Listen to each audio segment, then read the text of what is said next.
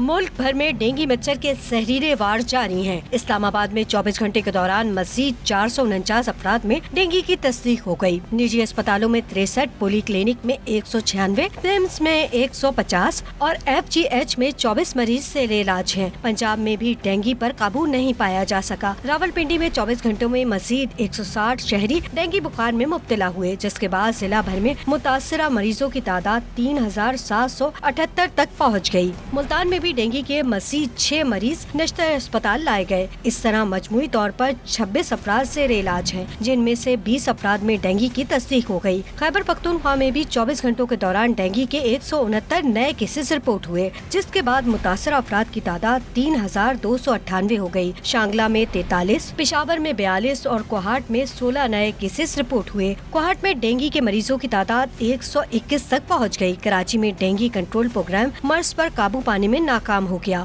शहर कायद में डेंगू के मजीद 137 मरीज अस्पताल लाए गए। रवामा मरीजों की तादाद 1342 तक पहुँच गई। इसी तरह रवामा सिंध में भी 60 अफराद डेंगू से मुतासिर हुए।